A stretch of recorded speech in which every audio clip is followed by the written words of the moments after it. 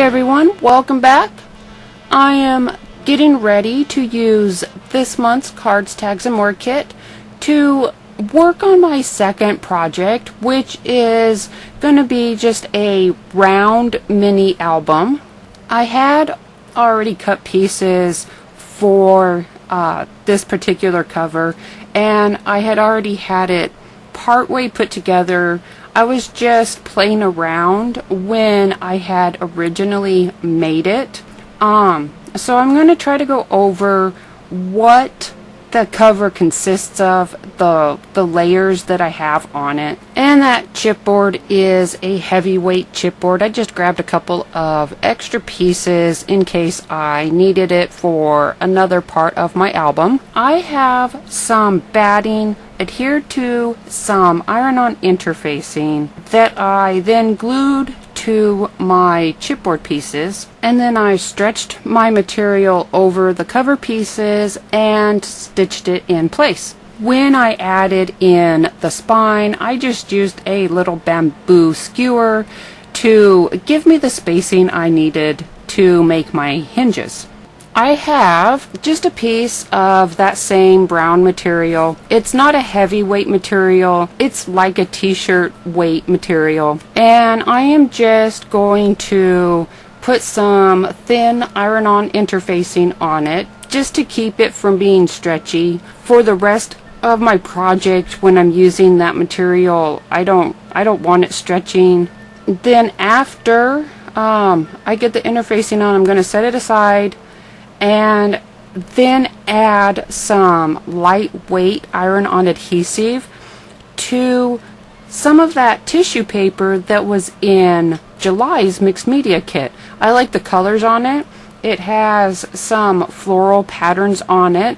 So I'm going to line up my adhesive to the parts of the paper that I'm most interested in using. After I have that adhesive on my tissue paper, then I am going to put that tissue paper on top of this square of the fabric that I had put the interfacing on. I just cut out the sizes I needed for this part that I wanted to use for the cover, which is 8.5 by 8.5 inch square. Now, with all of that put together, I am going to use my iron-on vinyl to protect that tissue paper surface. The vinyl's not heavy, it goes on nice, but with that being tissue paper, I wanted to give it a little bit of extra protection and just make sure that the cover was going to be nice and sturdy. And there is that finished square. You can see it is still nice and flexible and wraps around my cover real good. So I first found the center of my square, and then I marked the center line on my spine, and so that I could line up those center lines, and then I traced the outer edge of my cover and trimmed off those 4 corners. So now you can see approximately how this will line up. I'm not adhering it in place yet. I'm just making sure that everything is lined up the way I wanted. And then I'll probably come back and trim a little bit more off, even up the edges on the cover, and trim out the overlap on the spine. For my pages, I am just starting with some cardstock that I've had for quite a few years now. There are colors in it that I think go well with this month's kit, even though by the end they're not really noticeable. I did at least start out trying to get everything matching. I made up some cut files to use on this cardstock. It is the same shape as my cover. The circles of the pages are a little bit smaller than the cover, but I did keep the rectangle parts of them the same size as the spine on the cover. I laid out all of my pattern papers, and I was just going through and trying to figure out how I wanted my pages layered and which pattern papers I wanted where. And once I had my pattern papers picked out, I cut circles out of them that were the same size as the cardstock underneath. I have my 2 pieces of pattern paper that I'm going to be using for the inside of the front and the back cover, and I have my pages layered up how I'm going to be putting them into the little mini album. I'm just going to put a little bit of glue stick on one side to hold one of the pattern paper circles in place, because I will be taking all of my pages over to my sewing machine, and I will stitch one circle to the cardstock, and then I will just add stitching to the circle that goes on the other side of the page. That way the finished side, the top stitches, show on both sides of the page. I already have my front cover piece glued in, so I'm just going to show you real quick what I did. I just used my scissors to distress those edges, and then I used the pale brown chalk ink from the kit this month and added some color along those edges. And then, since there is fabric along the edges, I am using my Fabri-Tac to hold that in place.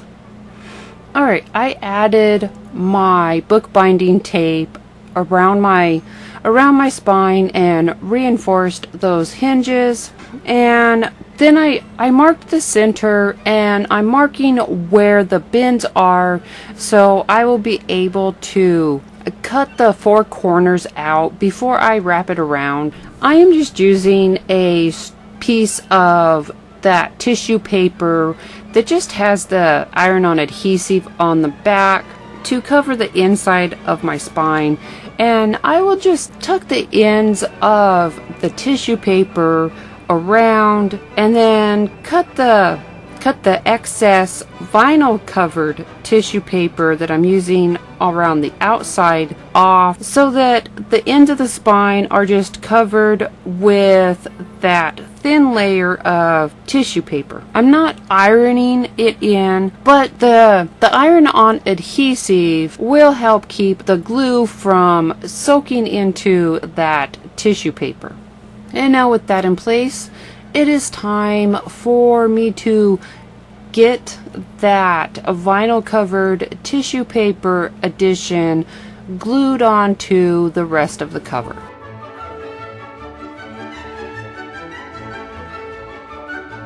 I just carefully trim the ends down just so that they come up right against each other without any overlap and without a gap in between them. With my spine wrapped up and the glue dried, I just come in and make sure that I have some good adhesion on the half circle parts. I just use my bone folder to push that tissue paper part into the seams. It gives it kind of a distressed look because it does kind of make it look lighter.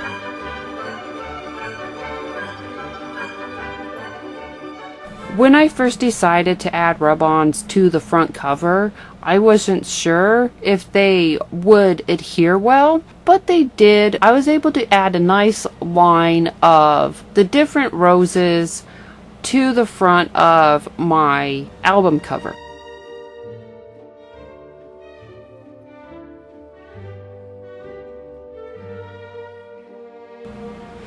After my rub-ons were in place, I wanted to give them a little bit of extra protection, so I sprayed my entire cover with some Scotch Guard, And then on top of the rub-ons, I just dabbed on some matte gel.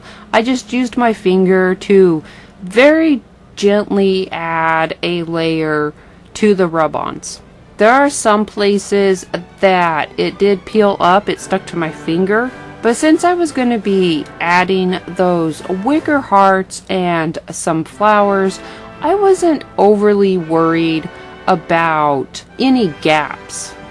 I tried a couple of different ideas to see what I liked best, and I ended up choosing the macrame cord from my stash because I liked how it created nice clean lines.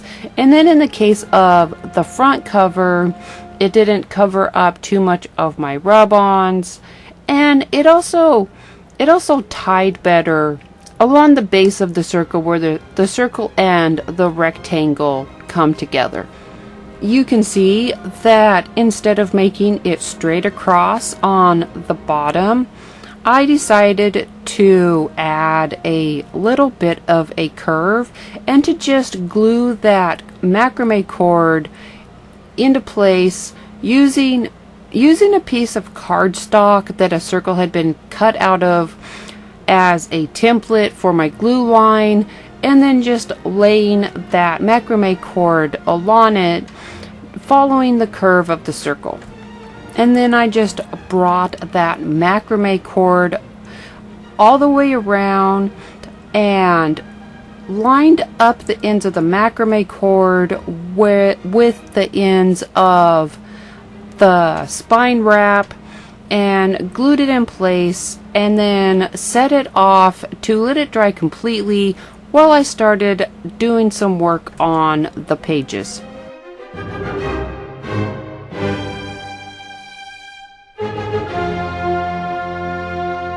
For my hinges, I decided to use some vinyl coated tissue paper.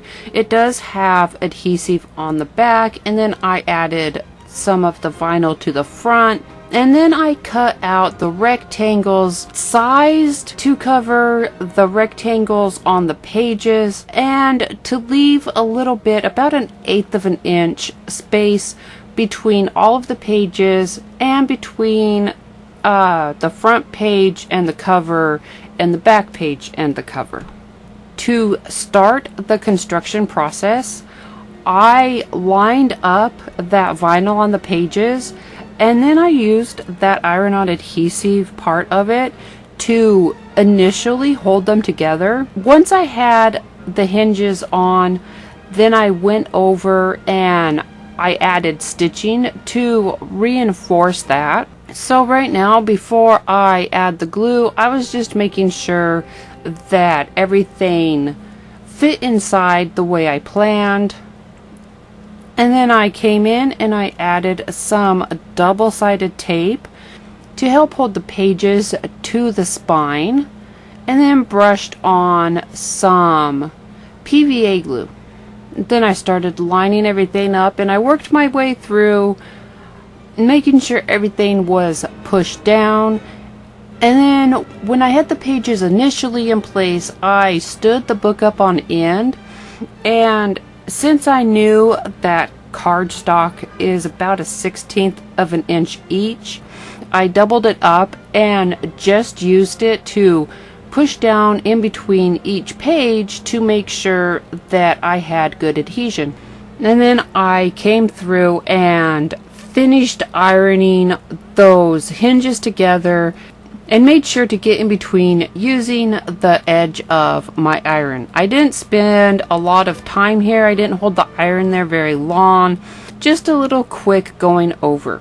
I decided to take this opportunity to get my cover finished put together because I knew it would take a little bit to set up since I would be using my 3D gel. I used an acrylic block just to hold the cover up since it did kind of slope down a little bit since I don't have the pages finished yet. And I just go through and start working out how I want to arrange those wicker hearts and the prima flowers.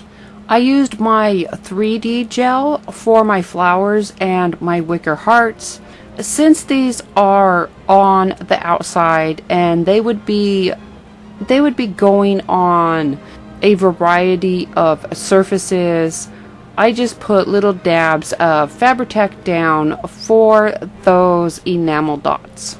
I cut off a length of the ribbon that says "You have my whole heart" and added little banner ends to it.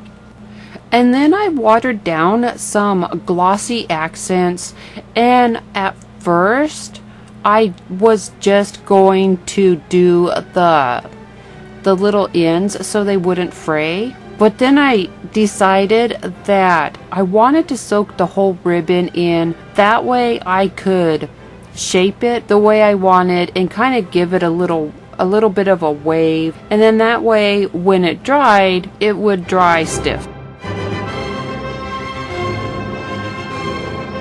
I have finally made it to getting my pages put together. I have some acetate sheets that I've already cut down to size to just fit inside some rings that I made from the pattern paper.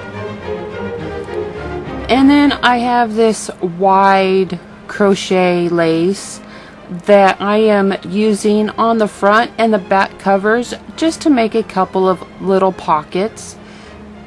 And I just used my Fabri-Tac along the edges, wrapped some bits of parchment paper around them and clipped them in place while I waited for that Fabri-Tac to set up.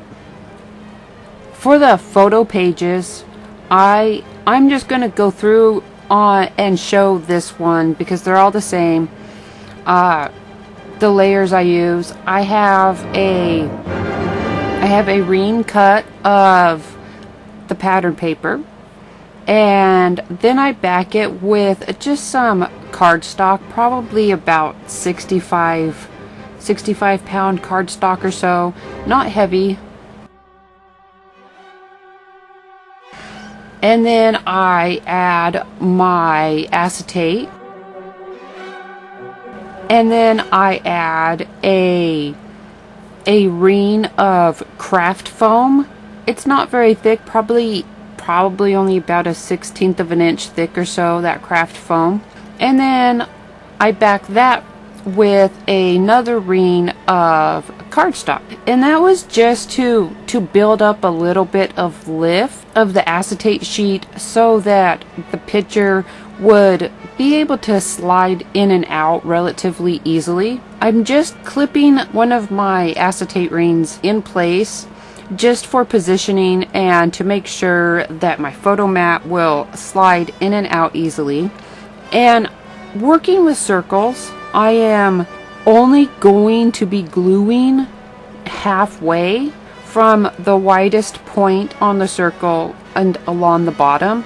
For the photo mat part, I have a circle cut out. It's 5 inches, and I have about a 2-inch or so little piece of the trim from this month's kit that I am just going to add to the edge of the photo mat, just to turn it into a pull tab to get that mat in and out easier. To get my pull tab off of the mat exactly how I wanted it, I laid everything in place, and then I moved the pull tab out from the edge until it was even with the edge of the album, and then carefully lifted everything off, and then glued my mat to the pull tab, and then I'm just using that one as the template to line up my other ones.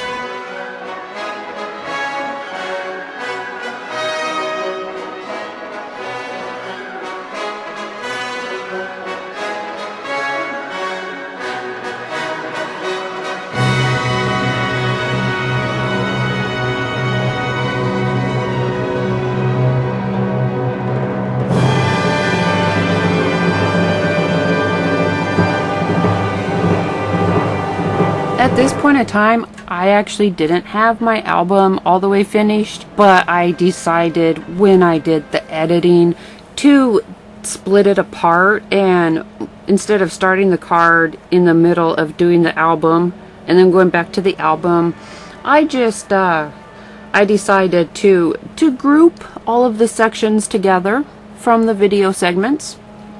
So to start on the card, I am just using that chalk ink from the kit and trying to get it on to the edges and the bins. I have it really wet down between the save the date and the invitation project that I did at the beginning of the month, and what I had already been doing to the pages in the album. I had pretty much run that chalk ink dry, so I was just spraying it down and washing it out. I guess it would be more or less I was washing it out of the little sponge just so that I could get it on and use every last drop that was in there.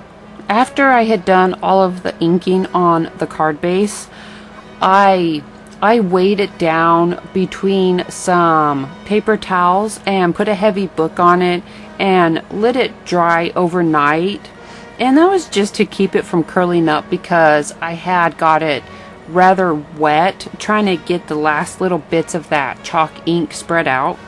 I already have my papers picked out and cut down more or less to size to go on this card. It's a real quick and simple card. I just start by getting the pattern papers that I'm using on the outside in place, and then I move on to getting my front panels decorated.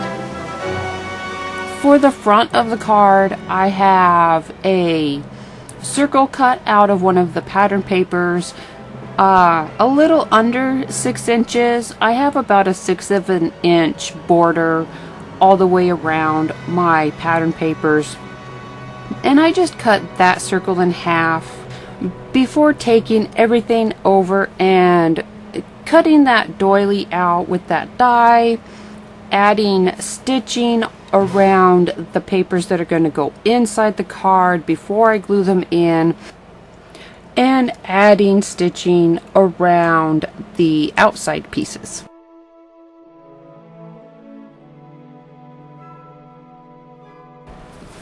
When I was at the sewing machine, I decided to make that circle a little bit smaller, so I stitched in about 1/2 inch from that edge, and then just eyeball trimmed the excess off, and then roughed up the edges. And then I came in and just put some foam squares down to give it a little bit of dimension. The only reason I added some extra adhesive is because my foam squares were kind of old and they weren't as sticky as they used to be. I used a little piece of artist's tape, it's low tack, to hold my card front closed so that it would stay flat while I was working. And then I just used some royal purple stays on. That's the sheet that I had cut the doily out of, but I used it to help me with my placement so that I would get my stamping in a relatively circle-like fashion.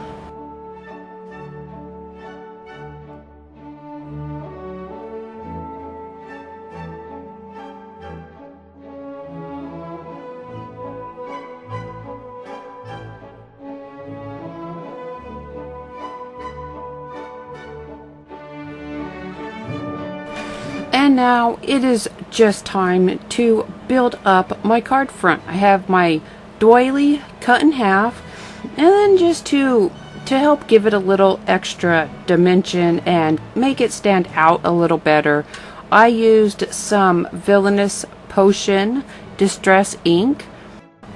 I have this little heart die that had come in with my Sizzix, and I am just adding some of the Villainous Potion to it as well.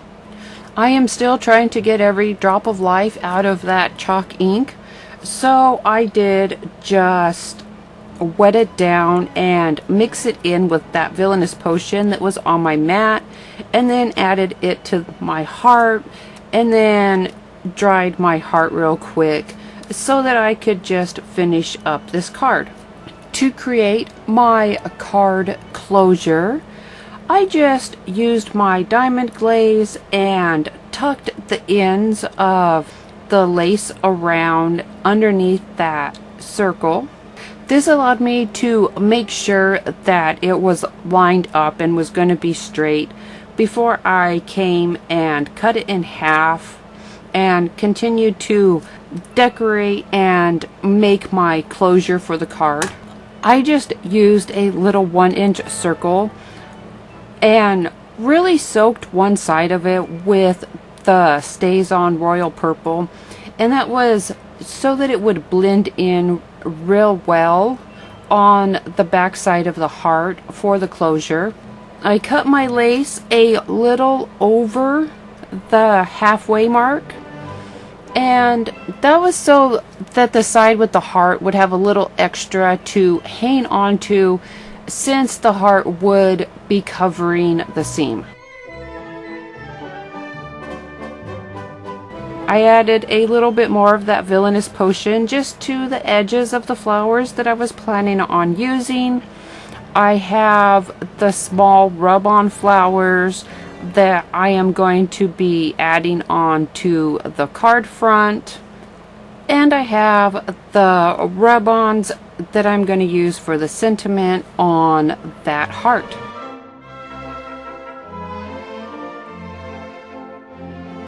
To hold the card closed, I'm just sliding in a small magnet between the circle and the heart on that lace, and then lining it up, and I add it to the other flap under one of the flower petals. I get my flowers glued down. I add some diamond glaze to the rub-on flowers and the rub-on sentiment, and I add a few of those little pearls.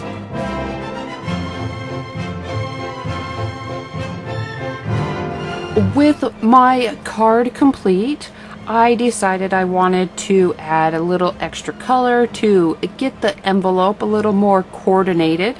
So I added some of the Villainous Potion to the envelope, stamped on a couple of flowers with the Royal Purple Stays On, and some pumice stone Distress Oxide. I used that pumice stone for a couple of reasons. First, I had already squoze every drop of color that I could from that chalk ink that was in the kit this month. Plus, that pumice stone is just about the exact color of that grayish tan that is throughout the papers in the paper pack.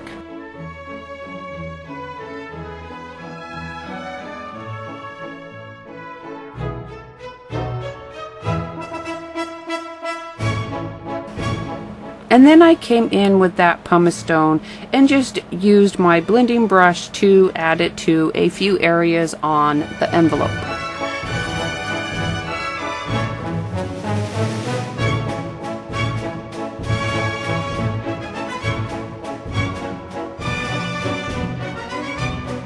My mini album and card are done now. Everything is glued into place. Everything is dry. You can see those photo mats. They slide in and out. They slide in and out relatively easily. It's not a heavy cardstock. I didn't want it too thick because a picture would add more thickness to it.